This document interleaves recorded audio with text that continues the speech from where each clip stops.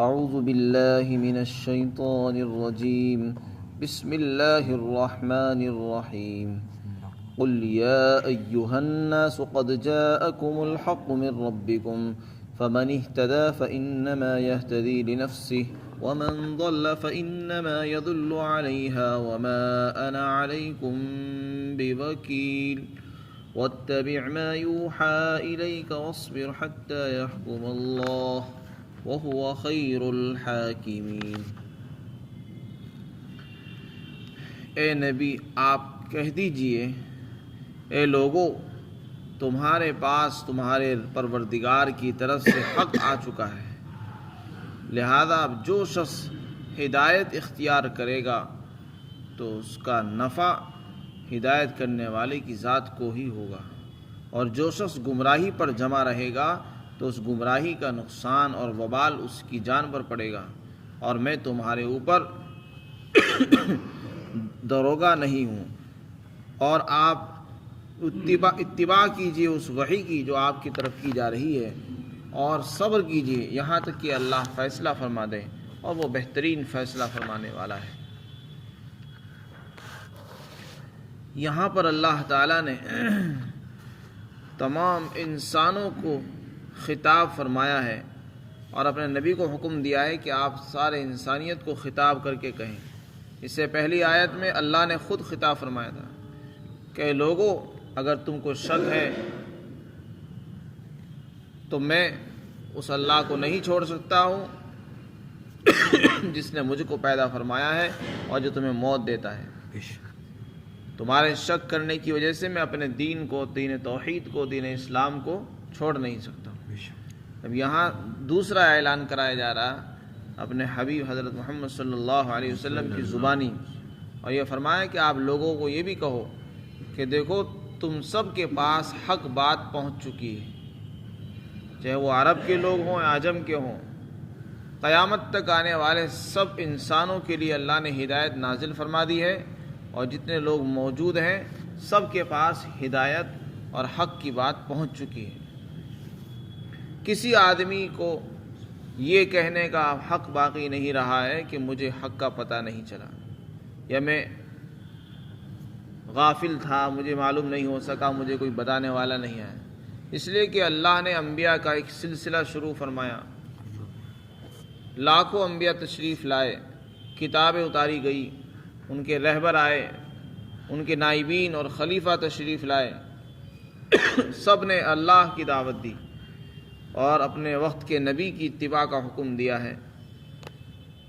اور آپ صلی اللہ علیہ وسلم تو آخری پیغمبر ہیں۔ آپ کی جو تعلیمات ہیں اللہ نے ان کو ایسا زندہ فرما دیا کہ وہ قیامت تک رہیں گی۔ قرآن اللہ نے ایک زندہ جاوید کتاب بنائی ہے، اور یہ ہمیشہ کے لیے قانون رہے گا جب تک دنیا قائم رہے گی۔ تو آپ کی جو تعلیمات ہیں اور یہ قرآن، بس یہی حق ہے۔ اب کوئی نبی تو کوئی نہیں آئے گا،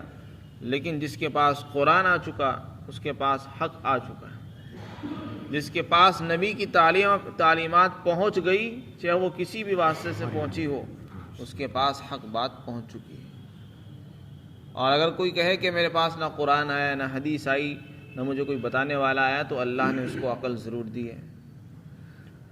کوئی آدمی ایسے علاقے میں رہتا ہے کہ جہاں اس کے پاس قرآن ہے، نہ حدیث ہے، نہ کوئی سمجھانے والا اس کے پاس پہنچ چکا ہے، تو اللہ نے اس کو عقل ضرور دی ہے۔ اس کو چاہیے کہ اپنی اس عقل کو استعمال کرے، اس سے فیصلہ کرائے کہ صحیح کیا ہے اور غلط کیا ہے، مجھے کرنا کیا چاہیے۔ تو ایسا نہیں ہے کہ اللہ نے کسی کو عقل نہ دی ہو، اللہ نے ہر ایک کو عقل دی ہے۔ تو آدمی کو چاہیے کہ اس عقل کا استعمال کر کے اپنے خالق کو پہچانے، حق کو پہچانے۔ دنیا میں جو مختلف مذاہب ہے اس میں حق جو ہے اس کو چھانٹے، اس کی تلاش میں رہے، تو انشاءاللہ جب انسان حق کی تلاش کرتا ہے اللہ تعالیٰ راستہ دکھا دیتا ہے۔ حضرت سلمان فارسی رضی اللہ عنہ کتنے سالوں سے حق کی تلاش میں تھی، اللہ نے ان کو جو ہے اپنے نبی حضرت محمد صلی اللہ علیہ وسلم تک پہنچایا، اور ان کو حق مل گیا۔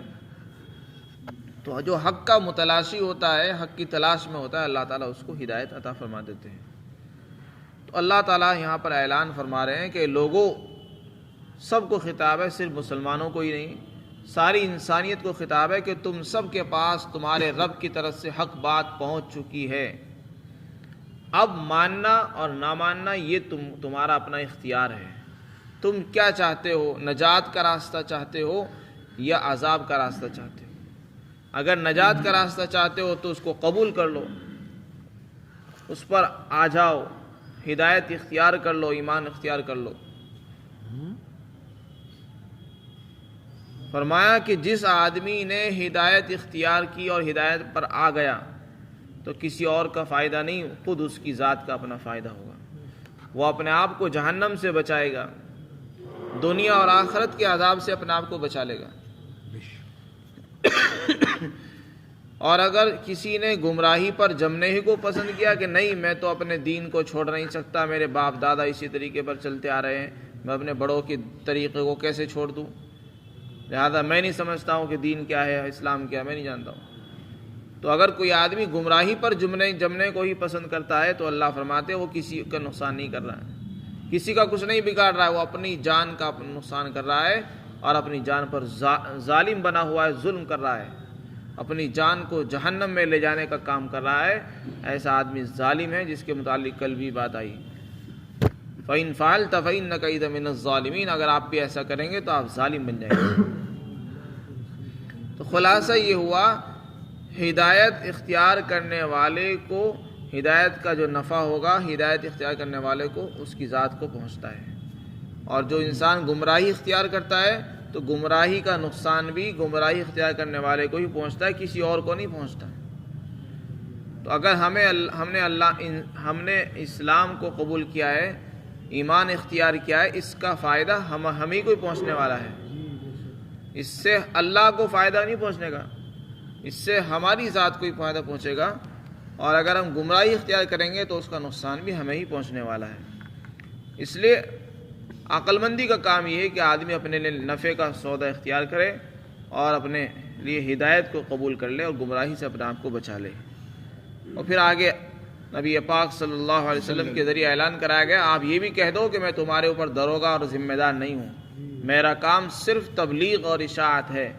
حق بات پہنچانا میرا کام ہے اور وہ میں نے کر دیا، اب ماننا اور نہ ماننا تمہارا کام ہے۔ زبردستی میں کسی کو منوا نہیں سکتا ہوں اور کسی کو میں مجبور نہیں کر سکتا ہوں کہ تم ہدایت ہی کو اختیار کرو۔ اس کے بعد نبی کو حکم دیا جا رہا ہے کہ آپ کے پاس جو وحی کی گئی ہے یعنی قرآن اور آسمانی تعلیمات، آپ صرف انہی کا اتباع کریں، انہی پر چلیے، کسی کی بات پر مت چلیے، نہ کسی کا کہنا مانیے۔ نبی کو یہ حکم نہیں ہے کہ وہ کسی اور کا کہنا مانے، نبی کو حکم یہ ہے کہ جو اللہ کہے اس طریقے پر چلیے، وحی کی اتباع کا حکم ہوتا ہے نبی۔ لیکن چونکہ اس راستے میں تکلیفیں بہت پہنچتی ہیں، جب نبی اور کوئی بھی داعی کسی دعوت کو لے کر کھڑے ہوتے ہیں اور حق کو لے کر کھڑے ہوتے ہیں اور حق پہنچاتے ہیں لوگوں کے بیچ میں، تو بہت سے لوگوں کی طرف سے کڑوی باتیں، نامناسب ناگوار باتیں سننے کو ملتی ہیں، ناگواریاں آتی ہیں، اس لیے صبر کی تلقین کی گئی ہے کہ آپ صبر بھی کیجئے، یعنی جمے رہیے اپنے کام میں، دعوت کے کام کو اختیار کیجئے، صبر کے ساتھ، برداشت کے ساتھ، لوگوں کی تکلیفوں کو، لوگوں کی ناگواریوں کو برداشت کرتے ہوئے یہ کام کرتے رہیے۔ مکہ کی زندگی میں یہی حکم تھا کہ کوئی بھی تکلیف پہنچے تو اس کو برداشت کرو، وہاں بدلہ لینے کا حکم نہیں تھا۔ تو فرمایا صبر کیجئے یہاں تک کہ اللہ فیصلہ فرما دے۔ جب مدینہ کی زندگی ہوئی تو وہاں پر جہاد کا بھی حکم ہوا، اگر کوئی آدمی حملہ آور ہوتا تو پھر اس سے مقابلے کا بھی حکم دیا جاتا تھا، اور مکہ کی زندگی میں صرف صبر کا حکم تھا کہ آپ جمے رہیے، برداشت کرتے رہو۔ ان کی طرف سے تکلیفیں پہنچتی تھی لیکن برداشت کا حکم ہوتا تھا، جہاد کا حکم نہیں ہوا۔ جب مدینہ میں تشریف لائے تو اللہ نے جہاد کا حکم دیا کہ اگر کوئی آدمی ہمیں آنکھ دکھا رہا ہے تو اس کا مقابلہ کرنا چاہیے، اگر کوئی ہمارے مقابلے پر چڑھائی پر آ رہا ہے تو پھر وہاں صبر نہیں کیا جائے گا بلکہ اس کا جم کر مقابلہ کرنا چاہیے۔ تو اللہ فرماتے ہیں آپ صبر کیجئے یہاں تک کہ اللہ فیصلہ فرما دیں۔ جو لوگ آپس میں اختلاف کر رہے ہیں، دین کو دین نہیں سمجھ رہے، حق کو حق نہیں مان رہے، اللہ تعالیٰ ان کے درمیان فیصلہ فرمائے گا، دنیا میں یا آخرت میں۔ آخرت میں تو فیصلہ ہوگا ہی، اور فیصلہ وہ کیا ہوگا کہ اللہ تعالیٰ ان کے اعمال بد کی سزا ان کو دے گا جہنم کی صورت میں، اور اللہ بہترین فیصلہ کرنے والوں میں سے ہے۔ اللہ تعالیٰ ہم سب کو عمل کی توفیق نصیب فرمائے۔